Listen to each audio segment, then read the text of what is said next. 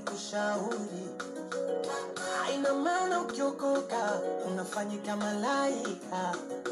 Usijifanye umekuwa ina huduma mwanzo, inakuwa ni changa sana. Maneno usemwa bila kujali moyo wako. Uwe na uwezo wa kustamili mwenzangu, kuna maneno kidogo yakisha semwa unarudi nyuma. Ukifanya vizuri watakwambia umemwacha Mungu. Wakikukwaza ukawaeleza watasema una kiburi cha uzima. Kwa mtoto nina sawa kama mtoto, no nimeshakuwa ninajua nini nafanya. Nilimwamini rafiki kanisani akamwasi Mungu, na mimi sikuzoea. Nilidhania kumuamini mtu kuna faida, zamani ningepotea. Ila nimejua kumbe ni au unaoteka na kumbana maneno yao yatakupotosha. Usimama na mimi kumbe ni au unaoteka na kumbana maneno yao yatakupotosha.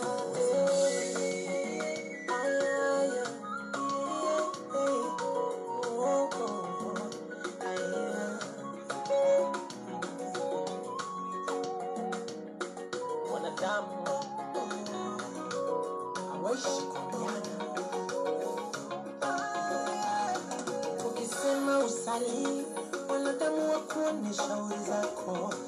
Ukisema uombe marafiki wakusifia utafeliwe. Mengi na vingi ni fitina za wanadamu.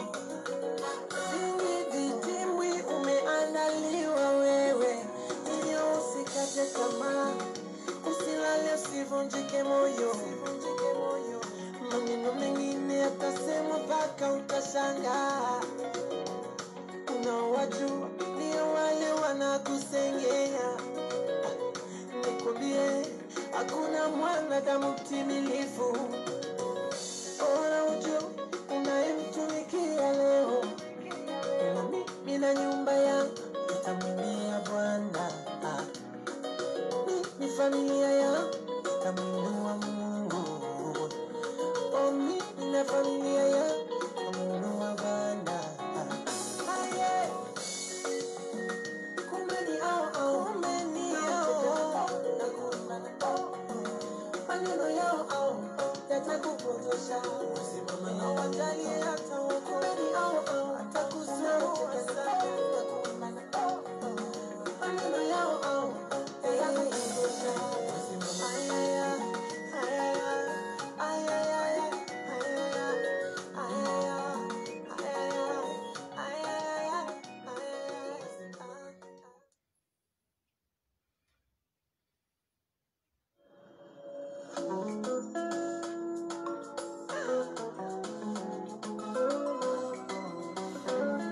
Good evening, God's people. God bless you as you join the broadcast this evening.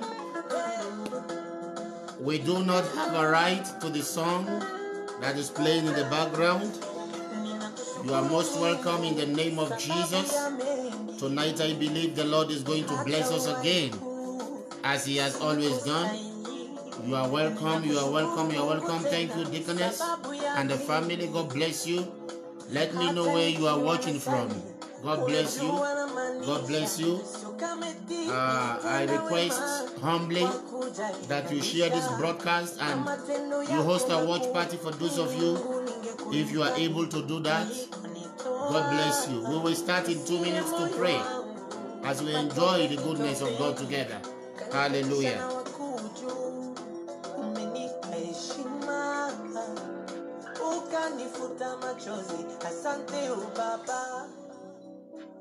Hata shukurani zangu kwako, shukurani zangu, hata shukurani zangu, shukurani zangu, asante Baba.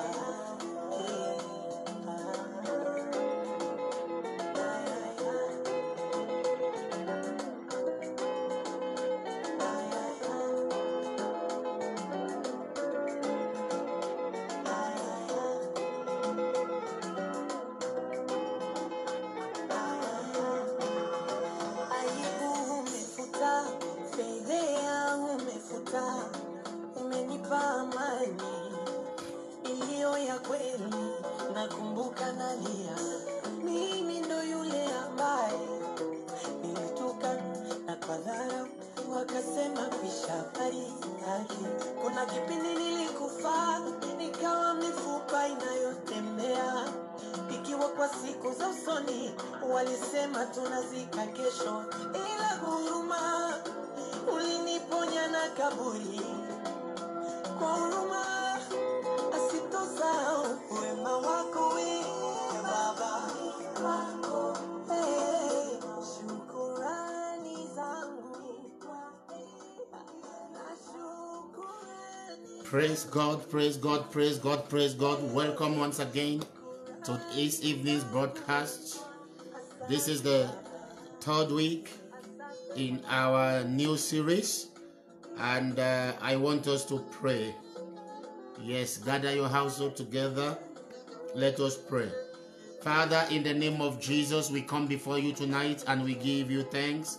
We give you praise. We give you glory. We give you honor. We give you all adoration. We give you all the majesty. Father, we give you praise because you have been with us this week. Father, we bless your name because you've been wonderful. We magnify you, Lord Jesus, on account of your faithfulness. Father, we bless you because of your provision and protection. Father, we adore you. We return all the glory to you in the name of Jesus. King of glory, tonight we say thank you. For all you have done for us, we say thank you. For your love and kindness, we say thank you. For your faithfulness, we say thank you. For your compassion that fails not, we say thank you. For your provision over our household, we say thank you. For protecting us and preserving us, we say thank you. For your compassionate love that you have shown us, we say thank you. Jehovah, tonight we return all the praise to you in the name of Jesus. As a church, we thank you. As a family, we thank you. As individuals, we thank you. As members of one body, we thank you. Father, we thank you for the peace that we enjoy, the peace of God that reigns in our lives. Father, we thank you for the healing that we enjoy, the healing of God that reigns in our life. We thank you for the protection, the provision that we enjoy. We thank you for the mercies of the Lord that has been with us. Father, we thank you for our going out and our coming in. We thank you, Jesus, for watching over us. We thank you for keeping our household in peace. We thank you for protecting us, Father. We thank you for our children. We thank you for our spouses, Lord.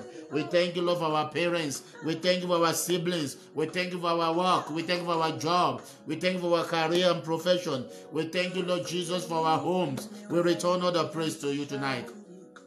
Holy Father, we thank you for our lives. We thank you, Lord, for the salvation of our soul. We thank you, Lord, because it is you who has shown us mercy. We thank you, Father, because when we go out, you are with us. We thank you, Father, when we come in, you are with us. We thank you because your blessings overflows in our lives. We thank you for protecting us from this pandemic. We bless your name, Father, for providing for our needs. The food we eat, the clothes we wear. We thank you, Father, for the shelter over our head. We magnify you for our nation. We return all the praise to you tonight. In the name of Jesus, Holy Father, as we begin to thank you tonight, we commit ourselves into your hand.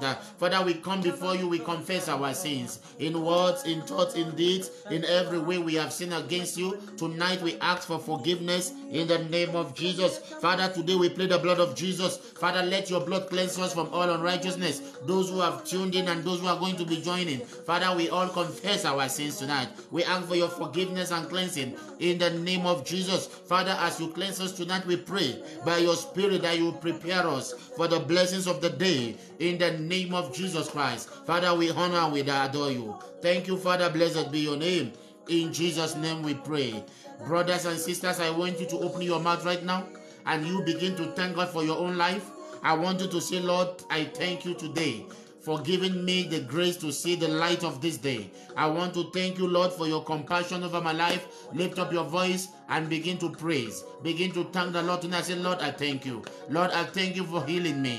Lord, I thank you for providing for my needs. Lord, I thank you for keeping me safe. Lord, I thank you for watching over me. Lord, I thank you for keeping my household safe. Lord, I thank you for your provision and protection. Lift up your voice and begin to bless the Lord now. Begin to worship the Lord. Thank the Lord for your going out. Thank the Lord for your coming in. Thank the Lord for his eyes that watches over you. Bless the Lord for this week, for all he has done. Between Sunday and today, you have seen the goodness of God in your life. Lift up your voice and begin to worship him. Begin to magnify him. Oh, we praise praise you, Jesus. We thank you, Lord. Father, I am grateful for the gift of life. I am grateful for the gift of protection. I am grateful for access to your word. I am grateful for the name of Jesus. I am grateful for the blood of Jesus. I am grateful for the Holy Spirit. I am grateful for your protection and provision. I am grateful for your grace over my life. I magnify you, my King. Thank you for keeping me safe. Thank you for providing for my needs. Father, thank you for keeping me healthy. I return all the glory to you tonight. In the name of Jesus, Lord, I thank you for the people you have appointed unto me. I bless your name for keeping them in perfect peace. I bless your holy name for the Church of God, Solid Foundation Christian Center. I magnify you, Father, for protecting and preserving us. You begin to thank the Lord for your life. Thank the Lord for your household, your children, your husband, your wife. Thank the Lord for everything he has given unto you. Magnify him, for the Lord is good and his mercies endures forever. Lift up your voice and begin to praise him tonight. Worship him because God has been faithful. The Lord has been good to you and I. And tonight we ought to give him that praise because he deserves all our praise. And as you begin to worship the Lord tonight, I want you to pray. Ask that the Holy Spirit will rest upon you. Even in the name of Jesus, ask that the power of the Holy Ghost will envelop you tonight. Say, Holy Spirit of God, I come before you today. Prepare me for the blessings of the night. Even in the name of Jesus, and as you prepare me, Holy Spirit, I surrender myself to you, that you will pray with me and through me. In the name of Jesus Christ. Holy Spirit, I pray tonight you will pray with me and pray through me. Even in the name of Jesus, Holy Spirit, I surrender to you now. Fill me to overflowing tonight. Let your power, your anointing rest upon me tonight. In the name of Jesus, and through you I will do exploits. And begin to pray tonight. Begin to take authority over everything that has exalted itself above the knowledge of Christ over you. The Bible says, pulling down strongholds and casting down imagination and bringing to the obedience of Christ every thought that has lifted itself above the knowledge of Christ. Open your mouth and pray tonight. Everything that is trying to take the place of God in my life, I silence you today by the power of the Holy Ghost. In the name of Jesus, I want you to begin to pray. Every battle that is trying to take me away from the presence of the Lord in service and in humility, today I rebuke you by the power of the Holy Ghost. In the name of Jesus, begin to pray. Every spirit that hinders blessing and the fulfillment of prophecy, today I stand against you. In the name of Jesus, every spirit that delays the blessings of God in the life of his children, today I cast you out of my way. In the mighty name of Jesus, open your mouth and begin to decree. Remember, this is our month of perfection, the month of restoration, the month of pursuing, overtaking, and recovering all. Begin to declare in the name of Jesus. I command restoration in every area of my life today. The spirit that hinders the fulfillment of restoration, I bind you and I cast you out of my way. In the mighty name of Jesus, open your mouth and begin to declare. Which area of your life do you need the Lord to perfect you? Begin to pray tonight. Say, Lord, I pray for perfection in every aspect of my life. For this is my month of perfection. Perfection in my marriage, perfection in my career, perfection in my health, perfection in my academics, perfection in my business, perfection in everything that I do.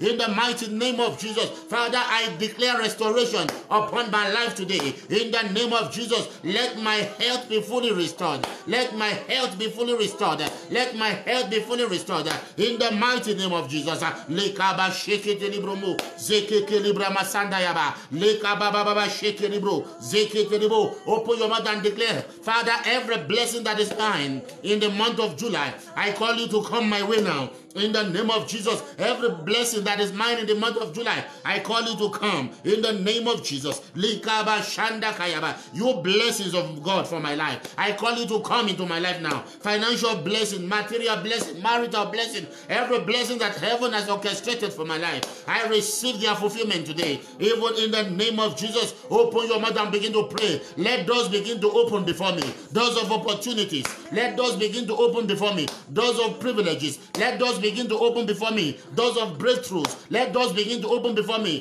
Doors of contracts. In the mighty name of Jesus.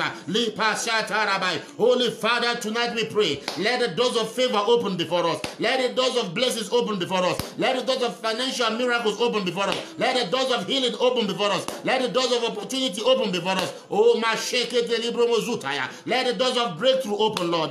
Let the doors of breakthrough open. In the mighty name of Jesus, let the doors of breakthrough open, Lord. Let the destiny help us locate your people. Tonight, by the power of the Holy Ghost, let your destiny help us locate you. Zikaba Shanda Kalibromo Shekia. We worship you. We give you praise. We give you glory. We give you honor. Thank you, Father. Lift up your voice and begin to worship. Say thank you to the Lord tonight. Say, Lord, I bless you. Lord, I bless you because my doors are opening. Oh, yes, Lord, I thank you because my doors are opening. Lord, I thank you because my victory is with me. Lord, I thank you because my breakthrough is coming. Lord, I thank you because my healing is with me. Lord, I thank you because my blessings are here with me. Lord, I thank you because I am connected, divinely connected. Father, we honor you tonight. We bless you. In Jesus' name we pray and believe. In Jesus' name we pray and believe. And so, Heavenly Father, we thank you once again tonight for your goodness. Father, we are grateful. It's always a privilege, Father, to come into your presence and dine at your feet. Tonight we glorify you on account of your love and kindness. We thank you for your grace that we have enjoyed since Sunday and from the beginning of this month. Father, we bless your name for the privileges you have given unto us. We thank you for guidance. We thank you for protection and preservation. We thank you for provision. We thank you for grace that we enjoy. Oh Lord, we return all our praises to you in Jesus' name. This hour, Father, we submit ourselves into your hand. Father, we have made declaration, and I pray tonight, oh Lord, that the doors will begin to open before your children in the name of Jesus. The doors of breakthrough, let the doors open before you. The doors of blessings, let the doors open before you. The doors of your connection, let the doors open before you. The doors of your contracts, let the doors open before you. The doors of your financial blessing, let your doors open before you. Let that individual that the Lord have ordained, that we hold your hand and drag you to the place of glory, locate them in the name of Jesus. Locate them in the name of Jesus. Mordecai was there. Mordecai was there. Mordecai was there for Esther. Pray in the name of Jesus. Makayaba, we thank you, Father, tonight. Let that destiny helper locate your children. Let that destiny helper locate your children in the name of Jesus. Let that destiny helper locate your children, oh God. That individual you have ordained, the one you have assigned to hold their hands and take them to the place of glory. Let their destiny helpers locate them. Tonight, let your destiny helper locate you. I spring open the doors of favor before you. I spring open the doors of opportunities before you. I spring open the doors of privileges before you. In the mighty name of Jesus, let the power of the Holy Ghost rest on you. Let the garment of favor envelope you right now. Let the Holy Ghost begin to move now concerning your matter. Let the Holy Ghost begin to move. Thank you, Father. Blessed be your name. In Jesus' name we pray and believe. In Jesus' name we pray and believe. Amen, amen, and amen. Put your hands together for Jesus. Amen. The Lord is good. Good evening once again, everyone. The Lord is good and his mercies endures forever. You are welcome to tonight's live broadcast from the studios of Solid Foundation Christian Center Dominion House. We give thanks to God for all he has done for us. I want to appreciate God for your life in the past few days that we have left each other since on Sunday. I want to thank God for all he has done in your life. And I want to thank God that tonight you are able to connect with the ministry. And I pray that the Holy Spirit will bless you in the name of Jesus. We are continuing with our series on dealing with your emotions. But before I take a recap of what we have done in the last 2 weeks, I'd like to read a scripture to us. This scripture has come to us severally from the book of Proverbs, Proverbs chapter 25, the last verse. Proverbs 25, the last verse. Proverbs 25, verse 28. Amen. And this is the word of the Lord.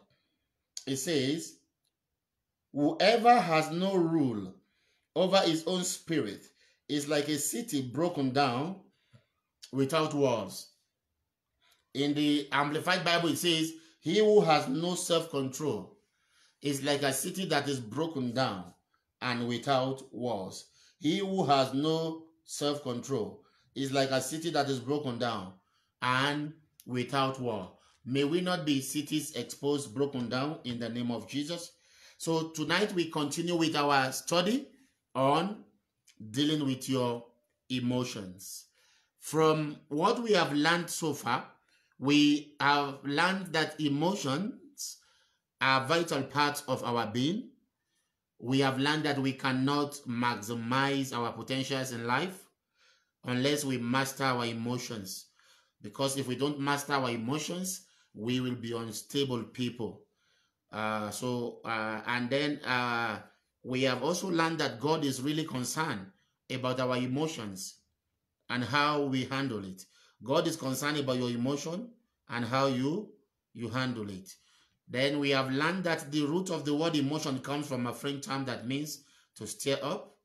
Yeah, and emotion is basically defined as short, intense feeling resulting from some events. Psychologists define emotion as a biological state associated with the nervous system brought on by neurophysiological changes variously associated with thoughts, feelings, behavioral responses, and a degree of pleasure or displeasure. What this means basically is that your emotions is a key driver of your mental state. So your emotion is a product of your thoughts. That is key. I like you to take note of that. Your emotion is a product of your thoughts, and your thoughts provokes your feeling, and your feeling provokes your behavior, and so on and so forth. Praise the name of the Lord. We have also seen that not everyone reacts to the same situation the same way. People react to a situation based on their personality traits. Yeah, so let's take note of all that. And there are keywords I want to re-emphasize here. We have talked about personality traits. Everyone display emotion based on their personality trait. And what is personality? I want us to recap that again. What is personality?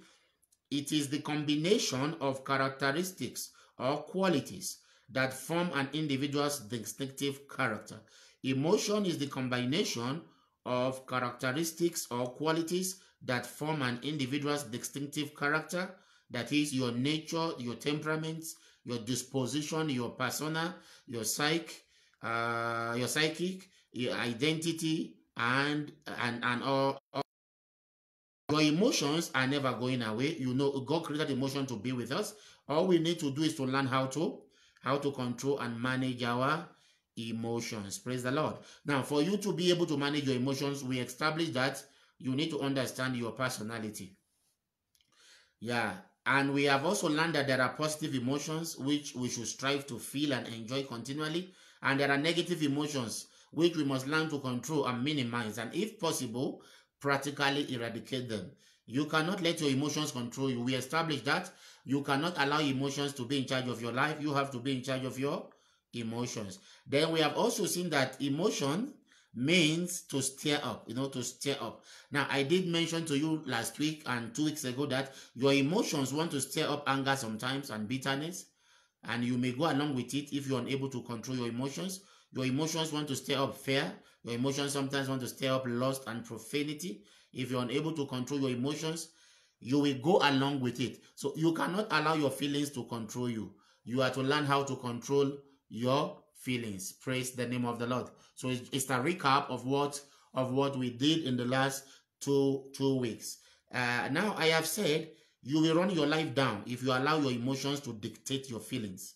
Now, if you allow what your emotions dictate to you to be what you do, you will practically run your life down. So don't allow your feelings to dictate to you what you should do. You should be the one to control your feelings. Now, if you allow your emotions or feelings to control you, it will be difficult for you to have a stable life. See, if you are the type who you always dance to the tune of your emotions, then you will not have a stable life, because today you are one way, tomorrow you are another way. You must learn how to put your emotions in check. And those who cannot control their emotions, they have chaotic life. They are happy today, they are not happy tomorrow. Now, let me tell you, men and women who cannot control their emotions, they are usually not grateful people.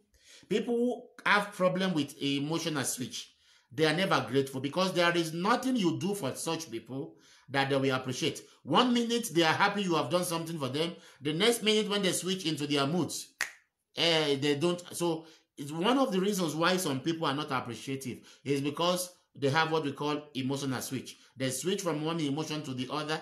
They are unstable. They are unable to control. Don't be like that. That saps away a lot of energy from an individual. You see, your emotion is given to you to stabilize your life. God gave emotions to us so that we can have ability to express ourselves, not ability for the expression to control us. God gave us our emotions so that we can express ourselves, not our emotion controlling us. Praise the name of the Lord. So you have the power to protect yourself from excessive emotion so that you can be able to control yourself. If you practice it, it's difficult, but it is doable. Praise the Lord. Now, most of the time, emotions want to dictate to us how to live our life. That you must not allow. It requires discipline to be self-controlled. And the Bible tells us about self-control in Galatians 5:23 going downwards. The Bible talks about self-control, long-suffering. It's part of the emotions that you are supposed to imbibe. When you learn how to control yourself, you'll be able to control your emotion. Now, part of the emotions that you need to control is how you react to situations. And I think by next week, we are going to be looking at the emotion anger. Yeah, next week. But today we are looking at another thing. Hallelujah. Praise the name of the Lord. So you must be disciplined enough to control your emotion and put them under check. You must always weigh your feelings. I want you to remember this. Always weigh your feelings alongside the word of God. What does the word of God say concerning how you feel? So that is very, very important.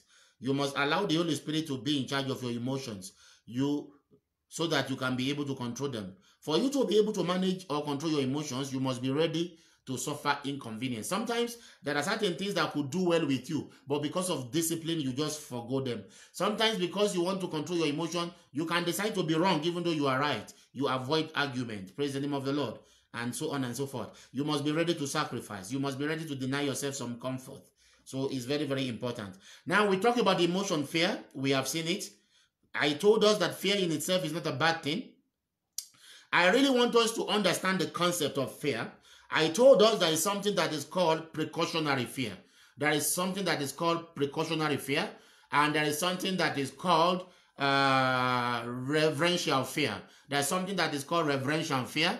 There is precautionary fear, there is reverential fear, and then there is a fear that is demonic. The kind of fear that hinders people from moving forward in life. Now, precautionary fear is the kind of fear that we feel when we want to do bad things. It works with the voice of our conscience. Like when somebody is asking you to take them somewhere, and you know you are not supposed to be in that place, but because you so much care about this friend, maybe you forced yourself and you went there, and then when you are getting to the place, you are kind of uncomfortable. You are scared as if you have stolen something from somebody. You have actually not stolen something. Your conscience is rebuking you that you are not supposed to be there. So that kind of fear is precautionary. It tells you that you are not supposed to do this. Sometimes maybe you are supposed to take a particular action against somebody and you lose your peace and you are scared, even though it's within your right to take that action. Now, when you begin to feel that maybe the Lord is telling you,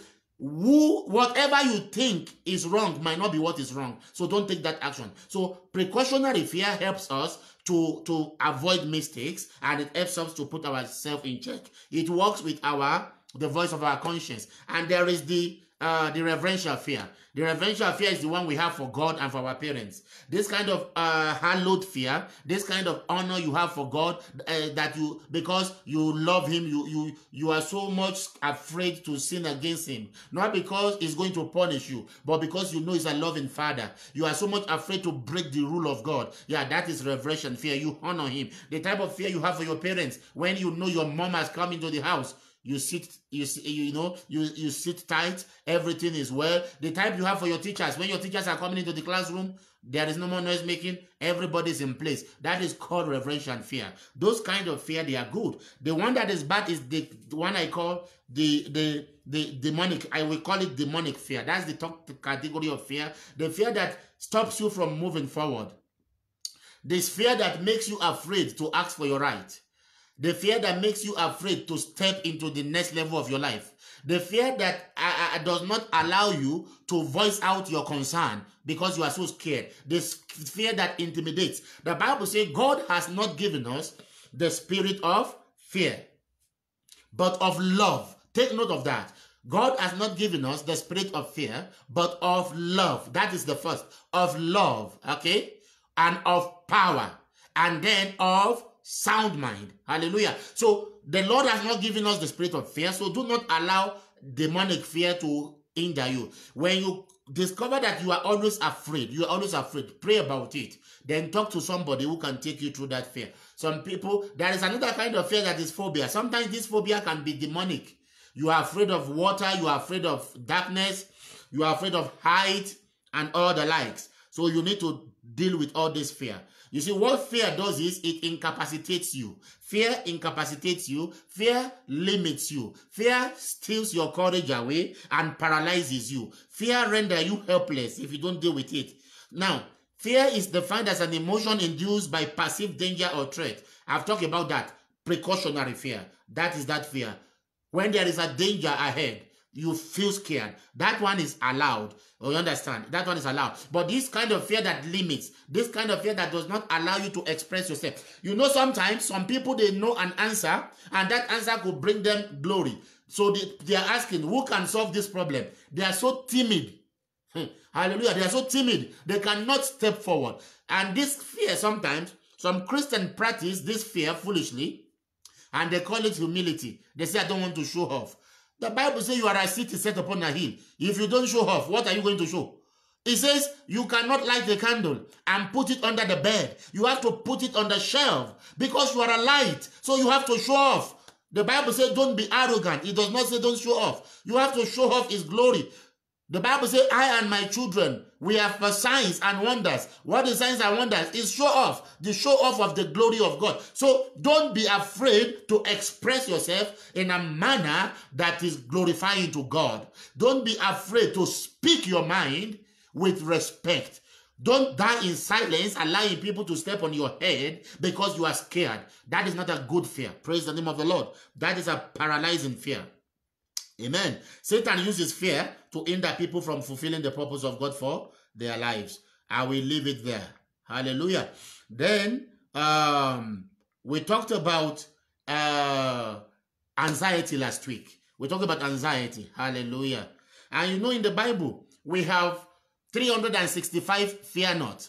365 fear not. So for each day of your life, there is a promise of fear not. So be aware of that. We have 365 fear not in the Bible. Last week on 9th July, we had our second series on this teaching. We talked about anxiety.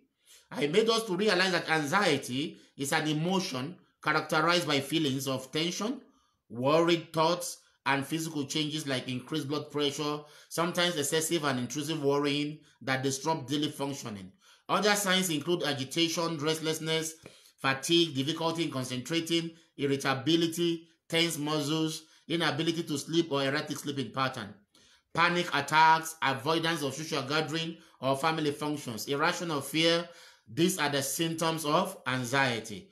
Causes of anxiety. I made us to realize that anxiety comes as a result of sometimes. For some people, anxiety comes maybe because there is a bigger project ahead of them. I gave you an example of a student who is writing a final exam and she's so anxious that, or he is so anxious because they know that is the determining factor for their destiny. So anxiety can arise as a result of a bigger project ahead of you.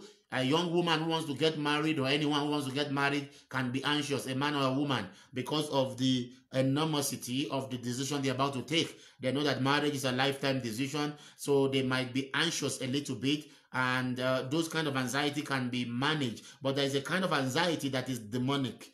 When it comes out of hand, it gets out of hand. Then I told us anxiety can also be as a result of build-up of smaller stressful life situations. Sometimes anxiety comes out of stressful life situations that has built up over time.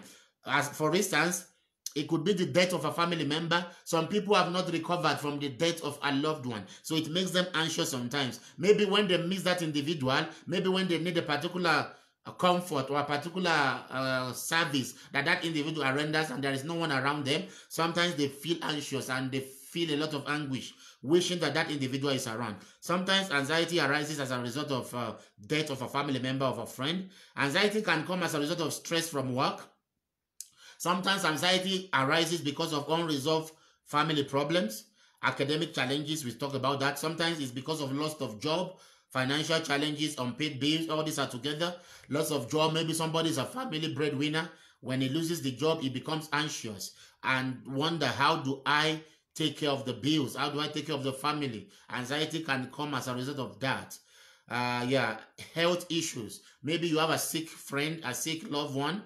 Anxiety can come as a result of that. Maybe now the situation is deteriorating and there is no enough funds, or even if there is fund, you don't know if this individual is going to make it through. Anxiety can arise as a result of health issues, health concern. It could be because of your child or somebody very dear to you. Anxiety can arise as a result of disappointments, the ones you have suffered from people, or as a result of the fear of being disappointed. Some people suffer anxiety because they are afraid they might be disappointed by an individual, by a particular person or a group of people, or about life. Some people just get anxious because they are scared of being disappointed. Those are the causes of anxiety. Anxiety can also arise as a result of personality trait. Some people somehow, I don't know, they are just wired to worry. Some people are just wired to worry about everything. Don't be like that. Now, anxiety is a disorder. Anxiety is a disorder. If it's not taken care of, it's a silent killer. It can destroy you. Anxiety can be a direct demonic attack. Anxiety is a silent killer. It kills your joy and steals your peace. That's what anxiety does. It makes your life very miserable and difficult, and then it makes you unreasonable. There are so many anxious people today in the world. Don't be anxious. The Bible says be anxious for nothing. The Bible says be anxious for nothing. So I pray that the Lord will deal with all these issues for us in the name of Jesus. Finally, I made you realize last week, there is nothing anxiety can do for you. Anxiety cannot solve your problem. It can only aggravate it and damage your health and break your confidence. So do not allow it to do that to you. You must refuse to be anxious no matter the pressure. You must take your eyes off the problem and look unto Jesus, the author and the finisher of our faith. Hallelujah. When you become too anxious, you lose the beauty of your life. When you become too anxious, you lose your health. When you become too anxious, you cannot concentrate at work. When you become too anxious, you lose your joy. You see, the brightness in your face will disappear because anxiety fills you with hopelessness. Don't get to that point. Let God carry your burden. Praise the name of the Lord. Let God carry your burden. Proverbs 12:25. You can write it down. Proverbs 12:25 says, anxiety in a man's heart weighs it down, but an encouraging word make it glad. Proverbs 12:25. So write it down. Proverbs 15:13 says, a glad heart makes a cheerful countenance, but by sorrow of heart the spirit is broken. That tells you that once you allow anxiety in your life, your spirit will be broken, and once your spirit is broken, hopelessness is setting in. Do not get to that point in your life. And finally, on that note, in Philippians 4:6-7, the Bible says, do not fret or have anxiety about anything, but in every circumstances and in every situation, by prayer and petition with thanksgiving, continue to make your wants known to God. That is your request, known to God. And God's peace which transcends all understanding shall garrison and mount guard over your hearts and minds in Christ Jesus. We all have reasons to be anxious, but we can make a choice not to be anxious. Jesus asked a rhetorical question. He said, who among you, by being anxious, can add a cubit to his height, or can add 1 inch to his height? Who amongst you can add, or who amongst you, by being anxious, can add a fraction to the time you will live on earth? So anxiety is pointless. Do not let us be anxious. It damages the health of anyone. It ruins joy and destroys destiny. I pray whatever is making you anxious, the Lord will take care of it. People are anxious for so many reasons. Marriages bring anxiety. Partners make partners to be anxious. Husband can make a wife to be anxious. Wife can make a husband to be anxious. When we begin to take steps that are hurting. And I want to talk to those of you who are married. Be careful how you treat your spouses. Your spouse may be weak and not able to challenge you. But there is a God in heaven who watches the action of men. Hallelujah. So don't deliberately go out of your way to hurt a man or a woman who has pledged their love to you. Don't do that. Don't make the people that God has put around you, people that have blessed you, people that have been with you, don't make them unnecessarily anxious. Remember, the Bible says their angels behold the face of the Lord. And if you make your spouse to stumble, their blood will be required of you. So don't make people anxious. In as much as we are teaching ourselves that we should not be anxious, we should also not be responsible for other people's anxiety. We live in a world today where everyone is for himself. Show some care, show some love, show some concern to your spouse. Make sure you are not the reason why your spouse cries or weeps. Make sure you are not the reason why your partner is sick. Make sure you are not the reason why your partner is full of sorrow. Make sure you are not the reason why your partner suddenly is beginning to lose interest in life. Please, I beg you, if you are married, stay married and make your home a heaven on earth. And I pray that God will give you the grace to do that for those of you who have married in the name of Jesus. The devil is all out to destroy homes and it brings all manner of things. Praise the name of the Lord. And I also want to say to you this. Make sure you select the people you call your friends. Make sure you select the people you call your friends. Not everyone can be in your life. Anyone that takes you out of line, anyone that takes you out of the counsel and purpose of God, anyone that does not inspire you to fulfill what God has assigned for you as your purpose, they are your enemies. Anyone who does not inspire you to serve God, anyone that cannot rebuke you and you cannot rebuke them, they are your enemies. Anyone who rejoices when you make the devil happy and you make the kingdom of God sick, they are your enemies. Hallelujah. Remember the Bible says, we should not grieve the Holy Spirit. The way we make people anxious, we can also make the Spirit of God anxious. So it's very, very important. The Bible says we should not grieve him. By him we have been sealed until the day of adoption. So we should be careful how we lead our life. Praise the name of the Lord. Tonight, by the grace of the Lord, very quickly, we are looking at the third emotion we want to talk about tonight. We are looking at the emotion of sadness. The emotion of sadness. We want to look at the topic sadness tonight. Sadness. Now, like we have been hearing, emotions are an essential part of our life. They are essential part of who we are. Sometimes our emotions can be messy. Sometimes our emotions can be complicated and downright confusing. And sometimes our emotions can mess us up if we don't contain them. Hallelujah. Now, knowing what you feel and how to talk about them is key to dealing with your emotions. When you know what you feel, then then you are able to talk about them, it's going to be very helpful for you to deal with your emotion. Now, sadness is an emotion that is associated with pain. Sadness is an emotion that is associated with pain or is characterized by a feeling of disadvantage, loss, despair, grief, helplessness, disappointment, or sorrow. Now, sadness describes the range of emotional state we can experience, containing everything from mild disappointment to extreme despair and anguish. Everyone feels sad at some point in their lives. Everybody feels sad at some point in their lives. Can I tell you that even God do feel sad? One day God looked in the book of Genesis, I think it's chapter 6, and he said, oh, and God looked at the world, and it grieved him to his heart. And the Lord said he repented that he made man. You see, sometimes we grieve God and we make him sad. You imagine? So even God himself, he feels sad sometimes. So everybody feels sad at some point in their lives. Now, feeling sad is a natural reaction to situations. Feeling sad is a natural reaction to situations that causes emotional upset or pain. Now, why do people feel sad? People feel sad as a natural reaction to situations that causes them emotional upset or emotional pain. Now, there are varying degrees of sadness. There are different levels of sadness. Different levels of sadness.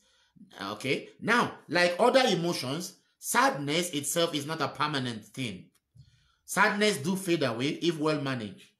Sadness do fade away if well managed. But sometimes sadness can turn into anguish. Now, this is where the problem lies. Sometimes sadness can graduate from mere emotional pain and the expression of disappointment to anguish. When sadness graduates from pain to anguish, then mental health issue is beginning to set in. When sadness graduates from just emotional pain to anguish, it means the devil may be lurking around the corner. When sadness graduates from pain and sorrow to anguish, then it means that an individual is beginning to lose their power to resist pain. And when you begin to feel anguish about anything, please take action. Go seek help. The solution to most of our emotional problem is the ability to open up to somebody who can listen to us and understand us and help us walk through the journey. Praise the name of the Lord. So, when sadness begins to graduate, sometimes sadness can turn into anguish, and from anguish. Now, when sadness graduates from pain and sorrow to anguish, the next level is sadness moves from anguish and it moves into despair. Now, when sadness begins to turn into despair, it is getting to the point of no return. That is the point of total hopelessness. Though it is in stages, but the unfortunate thing about this thing is they happen thick and fast. They happen thick and fast. It begins as a pain. It begins as a disappointment. It begins as an expression of sorrow. But if not well managed, it improves itself from mere pain and sorrow to anguish. And if not taken care of, anguish transforms into despair. When an individual come into the state of despair, they are getting to the state of hopelessness. And such people are confused and they can be easily destroyed by the enemy or around counsel. Praise the name of the Lord. So sometimes sadness can turn into anguish and from anguish to despair if not well taken care of. Now, sadness affects your perspective about life. Many of you, if you have ever been sad in your life, you discover that at the moment where you are grieving, where you are feeling grief for something about someone, you don't want to hear anything. You are at a point of kind of hopelessness. You are at a low point in your life whereby you feel that the whole world is crashing at your feet. That is normal. That is how people feel when they feel sad. You get to the point whereby you feel like it's over. Nothing can remedy the problem that brought you sadness. But that is not true. There is always light at the end of the tunnel. There is always light at the end of the tunnel. So sadness affects our perspective about life. Sometimes sadness will make you think that it's over. Sadness may make you think that because of the multiple problems that produces sadness in your life, that you have been abandoned or nobody cares about you or nobody loves you. That is not true. Sometimes because the events in your life that provoke sadness has been reoccurring, you might think that you are destined to suffer. That is not true. I have seen women who have had so many disappointments in relationships. They have concluded, for me, marriage is not meant for me. Says who? The Bible said through Jesus, he who created them at the beginning made them man and woman. So why will you say marriage is not created for you? Unless God spoke to you that you are going to be an Enoch. Don't allow the sadness of life to make you conclude that you cannot enjoy the provision of nature that God has created for you to enjoy. Praise the name of the Lord. So when sadness becomes a regular occurrence in the life of an individual, it goes into anguish, and from anguish it turns into despair. And after despair, it gives birth to something that is very dangerous. I pray that the Lord will break the cycle of sadness over your life in the name of Jesus Christ. Hallelujah. Now listen to me. Sadness affects your perspective about life. It affects the way you see the people around you at the moment of your sadness. You need to do your best to contain your sadness. Don't allow your sadness to contain you. Hallelujah. You need to do your best to contain your sadness. Don't allow your sadness to continue. Do not keep quiet when you feel so miserable in the midst of your sadness. When you begin to feel like your life is over. When you begin to feel that you cannot piece it together again. That is not true. You are getting out of sorrow. You are getting into anguish. And if you continue in the state of anguish for a while, you go into despair. And that is very dangerous. Praise the name of the Lord. Don't keep quiet. Sadness is as a result of deep sorrow. Sadness is as a result of deep sorrow you feel. It could be in the face of loss, disappointment, or threat. Hallelujah. So it's very, very important. Now, let's notice this. Sometimes sadness is not a bad thing. Sometimes sadness is not a bad thing. Why? We display sadness to show our disapproval if we are being treated wrongly or harshly. Like for instance, if somebody continually insults you, you will feel sad about that. And when you react to that insult, it's not wrong. It's like you are saying, I can't take this anymore. You can't continue to put me down.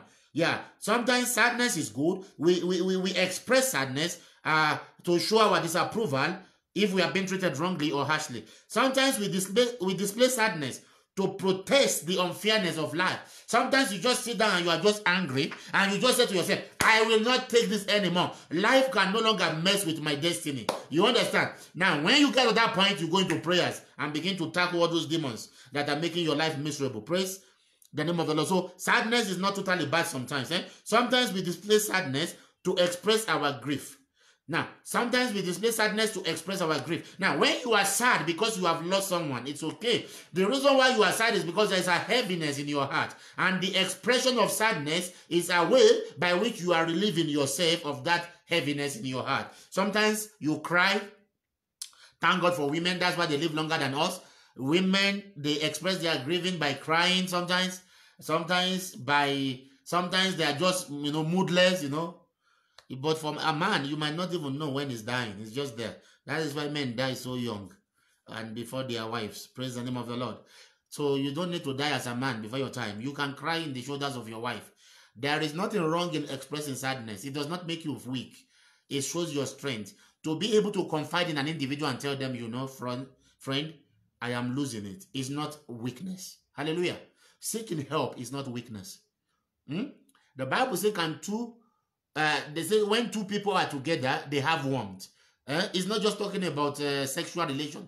It's talking about when two people come together, they reason together. The Bible says two are better than one. And a threefold cord is not easily broken. Now, when you have companions, when you have people that you can express your feeling of sadness to, when you are in pain, it is good you express it to them. It's not a sign of weakness. Actually, it's a sign of strength to say, friends, I cannot take this anymore. I need someone to hold my hands. May the Lord give you good people around you in the name of Jesus. Sometimes also you want to express your sorrow. You don't know who to express it to. I pray that God will bring good people around you in the name of Jesus. But beyond human, you can express your sorrow to God. Hallelujah.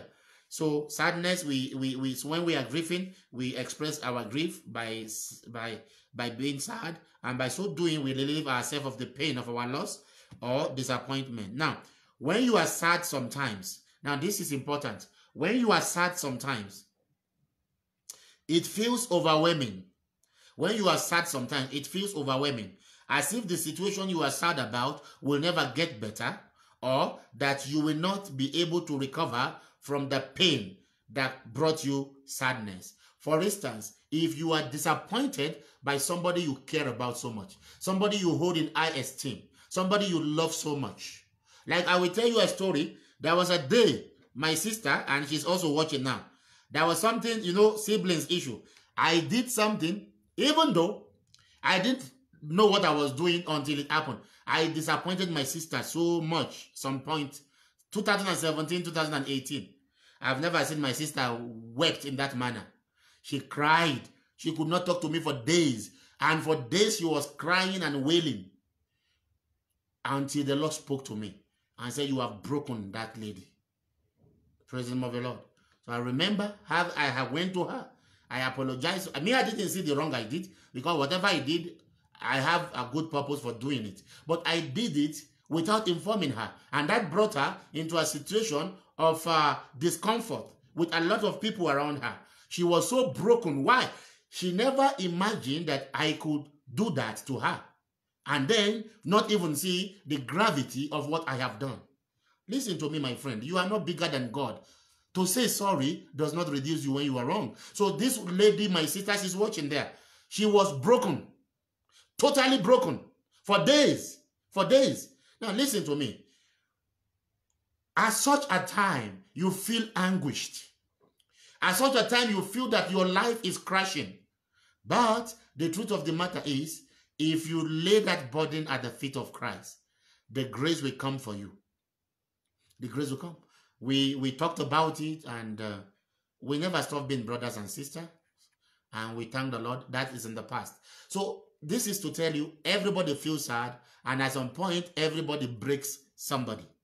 Everybody feels sad, and at some point, somebody breaks somebody. So when you are the one that is broken, know that you can be fixed. And when you are the one who has broken somebody, humble yourself and say you are sorry. Don't go giving excuses. You understand? Humble yourself. Because sometimes you can destroy the life of an individual because of your carelessness when you disappoint them. And you see, ladies don't take disappointment very easily. Because when a woman, whether it's your wife, whether it's your brother, it's your sister, whether it's your mother, when they care about you without thinking. They give you the whole of their trust. And when you break that trust, you finish them. Praise the name of the Lord. Now, we use our life examples to tell you that these things are real. Praise the name of the Lord. I've also been broken many times, but God has always given us grace to be fixed again. Hallelujah. So sometimes when you are sad, it feels overwhelming, as if the situation that brought you sadness will not go away. Sometimes it feels as if you will never recover from it. But there is nothing that comes your way that you are not capable of recovering from. Praise the name of the Lord. I want you to say to yourself, I will recover from it all. I will recover from it all. I will recover from it all. I will recover from it all. Praise the name of the Lord. Now, with the right people around you, and your willingness to talk about your pain, you will find out that the pain will ease away, and the feeling of sorrow and anguish will become lighter until it totally fades away. Hallelujah. But at other times, sadness can graduate from mere sorrow to anguish, and from anguish to despair, and this will lead to outright depression. Now, this is the stage we don't want anyone to get to in life. Now, how do you know when sadness is turning into anguish? You know by one way. When you discover that you are constantly being sad about something or about things, and this feeling of sadness is not abating. You constantly feel sorrowful, and you feel deflated by that feeling of sorrow. When you begin to discover that a feeling of sadness is draining you of your energy or your appetite for life, when you discover that the sadness you feel is making you to lose interest in certain things of life that normally you enjoy, then be careful. You are crossing the line of sorrow to despair. To anguish. From anguish, it is easy for you to come back. But when you get to the point of despair, it's very easy for you to go into depression than for you to come back to normal. So when you discover that there is something bothering you, and when this thing comes upon you, you feel so anguished, you feel this heaviness, and this heaviness begins to make you lose interest in the things that gives you joy. Please, look for somebody to confide in. Tell them I'm losing it, and if I don't find help, I might totally lose it. Because of the pain you feel. And when you begin to see nothing good enough to console you, when you begin to feel a particular pain and you are sad about it, and there is nothing good enough to console you, the feeling of despair will set in. And this will usher in anguish, which opens the door to hopelessness. When you get to the point of hopelessness, that is when you see no meaning for life. You will notice you are becoming irritable and intolerant. You see, you will constantly feel fatigue. You have no strength to fight anymore. You feel fatigue. You are tired of fighting. You feel fatigue. You cry incessantly. And this crying is not to release tension. This crying is just self-pity. The devil is making you to see that it is over. But it is really never over until the Lord says it is over. When you get to this point in your life where you are unable to find pleasure in anything or anyone, you find it difficult to concentrate, you feel deep, unwarranted guilt sometimes, you lose interest in life and its meaning, you begin to feel worthless. Don't get to that stage in your life because of the pain that brought you sadness. Sometimes you look at the pain, you say to yourself, you deserve it. You blame yourself. You say maybe you don't deserve to be happy in life, or you say maybe you brought it upon yourself because of your past mistakes. Listen to me. There is none of us who was created to be sad. Hallelujah. There is none of us who was created to be sad. The Bible says we are fearfully and wonderfully made. He created you to be happy. Hallelujah. So when you get to that point, please seek help. Otherwise, after a while, you begin to entertain the thoughts of death, or you become suicidal if you don't deal with that. Now, when you get to this point, it is because what started as a mild sadness, born out of sorrow, has graduated to total despair, and despair leads to hopelessness. And hopelessness leads to suicidal thoughts, depression. Hopelessness leads to what? It leads to depression. Hallelujah. Hopelessness leads to depression. Depression may be mild or chronic, but it always begins with feelings of sadness and pain born out of a loss or disappointment. Now, an individual may feel sad because they feel neglected or wanted. An individual may feel sad because they feel neglected or wanted or unwanted by the one they love. So many wives are in that situation today. Many women are not happy. The man is in the house, but they don't feel loved. Yeah, you know, men, loving your wife is bigger than buying food for her and giving her shelter. What a woman needs the most in her husband is that presence and that assurance and that reassurance. Looking into the eyes of your wife and say, baby shall be well. You know, telling your wife, you know, the duty of a man is to secure the wife and the children. It's good to provide for them. That is part of your responsibility. But your core duty over your wife is assurance. And when you go wrong, don't be too proud to say you are sorry. Don't excuse your mistakes. Praise the name of the Lord. So sometimes people, and there are also men who feel neglected anyway. There are so many men also whose wives don't care about them. Maybe because they messed up at some point in their life. So the feeling of neglect or unwanted by the one you love can make you to be sad and can lead to this level of depression. A child may feel sad because of the absence of certain security he or she sees in their peers. You see, some children go into depression because maybe there is no father figure around, maybe because there is no financial security, maybe because there is nobody who talks to them lovingly. Some people were raised in a very cruel atmosphere. So they are so broken. And I pray today, as many of you that have been broken by life, disappointed and thoroughly wounded, I pray that the balm of Gilead will come upon you today in the name of Jesus. Some people are actually bleeding in their hearts. It is by the grace of God that some of the people have not gone into depression because they are just hanging on a thin line of hope. I pray for you today. That sorrow that is hidden within you, the Lord will cause it to fade away by his power in the name of Jesus, and the joy of the Lord shall be your strength, and peace shall be restored unto you in the name of Jesus. Yeah, some children may feel sad because of the absence of certain security that they enjoy that they see their peer enjoy. This feeling can graduate to something deadly if not treated in good time.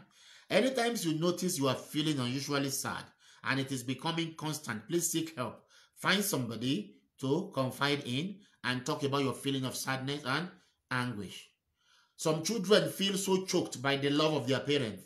Parents, let me tell you, don't be overbearing on your children. Give them space. And particularly those of you who are single parents, don't bar your children from seeing their fathers. You might be creating a monster in those kids if you do that. So you need God to help you. So don't overindulge your children and don't be overprotective until your protection is becoming dangerous to the mental health of your child. Praise the name of the Lord.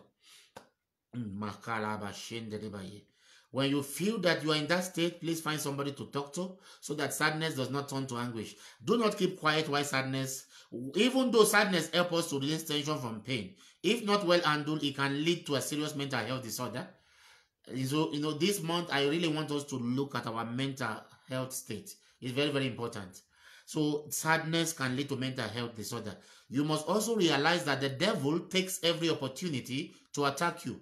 Satan can use sadness to distort the purpose of God for your life. So when you feel sad, pray to God. For the Bible says, his joy shall be your strength. Say to yourself, the joy of the Lord is my strength. Say that to yourself again. The joy of the Lord is my strength. You can type it on the screen. The joy of the Lord is my strength. Say to yourself, the joy of the Lord is my strength. What did the Bible say about sadness? In Psalm 34, 17 to 19, the Bible says, the Lord hears his people when they call to him. When they call to him for help, he rescued them from all their troubles. You see, the Lord hears his people when they call to him for help. So when you are sad, when you are feeling anguish, when you are feeling despair, when that feeling comes upon you, when you are feeling hopeless, call unto God. Let him be your first point of call. Go on your knees, say, Father, in the name of Jesus, I come before you to this time, whatever time it is. I am hopeless and helpless. Lord, I am losing it. I am afraid and I cannot tell why. Open your mouth, express your feeling to the Lord your God, and he will come through for you. The Bible says the Lord hears his people when they call to him for help, and he rescued them. Hallelujah. He rescues them from all their troubles. So the Lord is at hand to rescue you. Now, so when you feel anguish and very hopeless, call unto the Lord. He will hear you. He will rescue you. Do not depend on yourself in times of sadness. One of the things that sadness wants you to do is for you to recoil into your shell. You see, sad people always don't want to be around people. They want to suffer alone. Don't do that. When you are sad, let people be around you. Don't say, I want to be alone. Let people be around you. Even if some people are saying things that does not make sense to you, just let people be around you. Then find somebody you can truly confide in. Hallelujah. He will rescue you. Do not depend on yourself. Hallelujah. Verse 18 says, the Lord is close to the brokenhearted. The Lord is very close with you. The Lord is close to the brokenhearted. He rescues those whose spirits are crushed. Now, what is it that crushes the spirit of a human being? It is whatever that brings pain.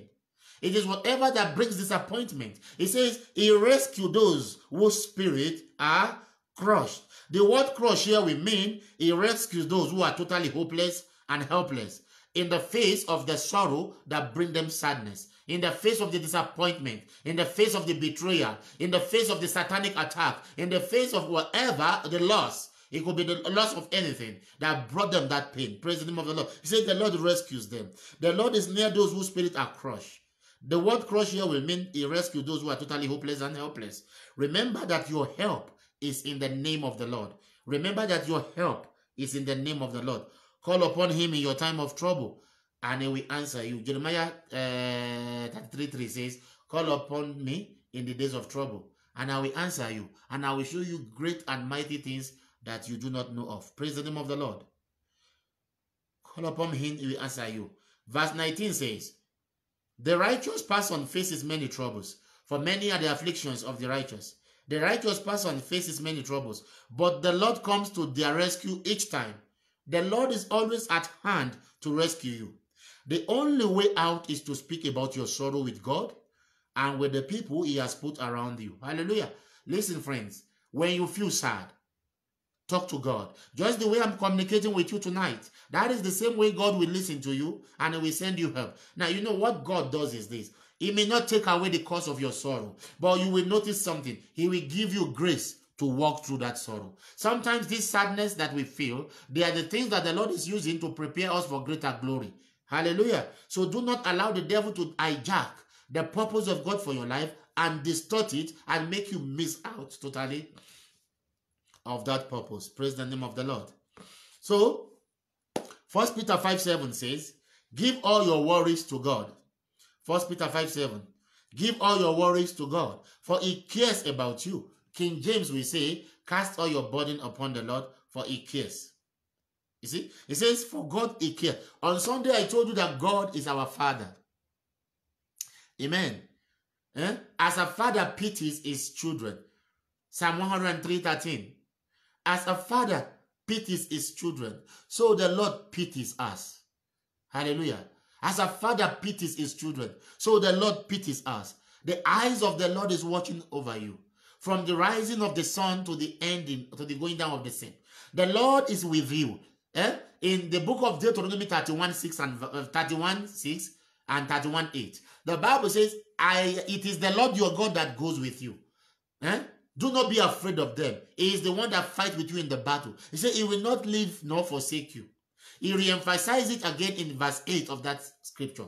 Hallelujah. He said, he will not leave you nor forsake you. Say, Matthew 28, it says, last verse, it says, I am with you till the end of the age. Praise the name of the Lord. So you are not alone in the battle of your life. When you feel this anguish, when you feel this despair, when you feel this sadness, before it degenerates into something else, take it to God your Father. You can weep before his throne. He's a loving Father. He will wrap his arm round about you and protect you. Just like the prodigal son, the father was waiting, always watching whether the son will come back. When he came, the father was waiting for him with an open arm, and the Lord is waiting for you to rescue you as well. And he will truly rescue you in the name of Jesus Christ. Hallelujah. God loves you so dearly. No matter what has happened in your life, God cares, and he will surely turn your mourning into dancing. Give him all your worries, and he will rescue you. Sadness is an emotion that is capable of ending your life prematurely. There are so many people who are dead though they are alive because they are empty carcasses. Why? They are always sorrowful. The devil has taken away their joy. He has put on them the garment of mourning. Today, in the mighty name of Jesus, every garment of mourning over you, I set them on fire in Jesus' name. Sadness is an emotion that is capable of ending your life prematurely. If you do not deal with it, allow God to carry your burden, and you will enjoy his peace in the name of Jesus. Remember, in the book of 2 Chronicles 20, Judah was attacked by 3 great nations mightier than they. And it brought a lot of fear and sorrow and sadness and anguish into the hearts of the people. What did they do? Jehoshaphat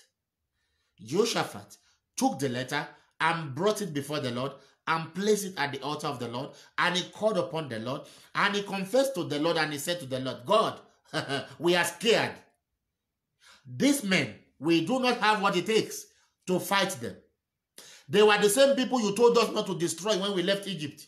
Now look how they have paid us back. Hallelujah. So he spoke to the Lord, and immediately, because they confessed their weakness before the Lord, and they told the Lord about the strength of the other people, the Lord came and gave them boldness. Their sadness disappeared, and the Lord fought for them, and they got victory. The Lord will fight for you as well today in the name of Jesus. I do not know what is making you sad. I do not know what is stealing your joy, but today I want to encourage you, put it all at the feet of Christ. You are not created to be sad. It says the joy of the Lord is my strength. Hallelujah. The Bible says with joy, you will draw water out of the well of salvation. Listen to me, friends. The Spirit of God does not reside in a place where there is mourning or sadness. Yes, God is with you, but a spirit cannot work much for you if you remain perpetually sad. Open yourself up to the Lord. Another reason why we are sad in life is many times we don't want to let go of our pain. Many times we don't want to let go of our pain. Tonight, let go of that pain. Cry it out before the Lord tonight. And his joy and his peace will fill your heart in the name of Jesus. God bless you. Thank you for always listening to me. Bow your heads. Let us pray. I want you to begin to talk to the Lord tonight. You know why you are sad. You know the things that has happened in your life over the time that has made it, that has stolen your joy. I want you to begin to pray to the Lord tonight. Ask the Lord to help you. I want you to cast that burden at the feet of Christ tonight. Say, Father, in the name of Jesus, I surrender all my pain at your feet tonight. I surrender my heaviness at your feet tonight. I surrender my sorrows at your feet tonight. I surrender all my misfortunes at your feet tonight. I surrender all my disappointment at your feet tonight.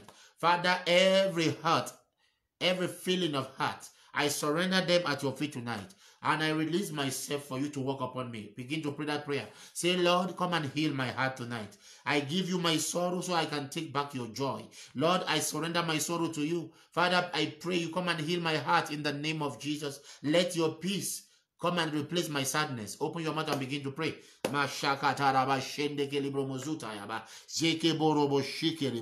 Thank you, Father. In Jesus' name we pray. Father, Lord, I thank you. Your word has gone out unto your people tonight. Lord, you know the state of the heart of each one that is listening, watching, and those that will watch afterwards. I pray for those who are watching this broadcast and those that will watch this broadcast. I ask, oh God, by the power of the anointing that accompanied this teaching, that the yoke of sadness is broken over your life in the name of Jesus. That heart of yours that is wounded, receive healing for that heart in the name of Jesus. There is balm in Gilead. Therefore, there is healing for you. I release healing upon that your heart today in the name of Jesus. That heaviness you carry, today the Lord take it from you and I replace it with the peace of God in the name of Jesus Christ. For every heart that is weakened by sorrow, receive the strength of the Lord via his joy in the name of Jesus. I pray that the peace of God will rest upon you. I pray that tonight the Lord will visit you even in your sleep, and the Lord will perform his surgical operation upon your heart. That spirit of sorrow is taken away from you. The garment of mourning is removed from you. You have received the garment of dancing today, the garment of rejoicing in the name of Jesus. I speak that the peace of God that passes all understanding, according to the book that we read, will rest upon you in the name of Jesus Christ. Oh, the book of Philippians 4, 6, and 7. I pray that the peace of God that passes all understanding, that transcends all understanding, will garrison your heart. We keep your heart safe tonight in the name of Jesus. The chain of bitterness over your life, I break that yoke in the name of Jesus. That sadness, that sorrow of heart that has made you unforgiving, tonight I release you from its yoke in the name of Jesus. That disappointment you have gone through, that you are still holding on to tonight, I receive grace for you to let it slide. In the mighty name of Jesus, let the peace of God rest upon you tonight. Oh, thank you, Father. Blessed be your name. In Jesus' name we pray and believe.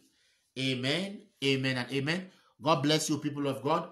I'd like you to, you see, the Bible says faith comes by hearing and hearing the word of the Lord. So these messages, they don't make full impact in your life when you listen to them only once.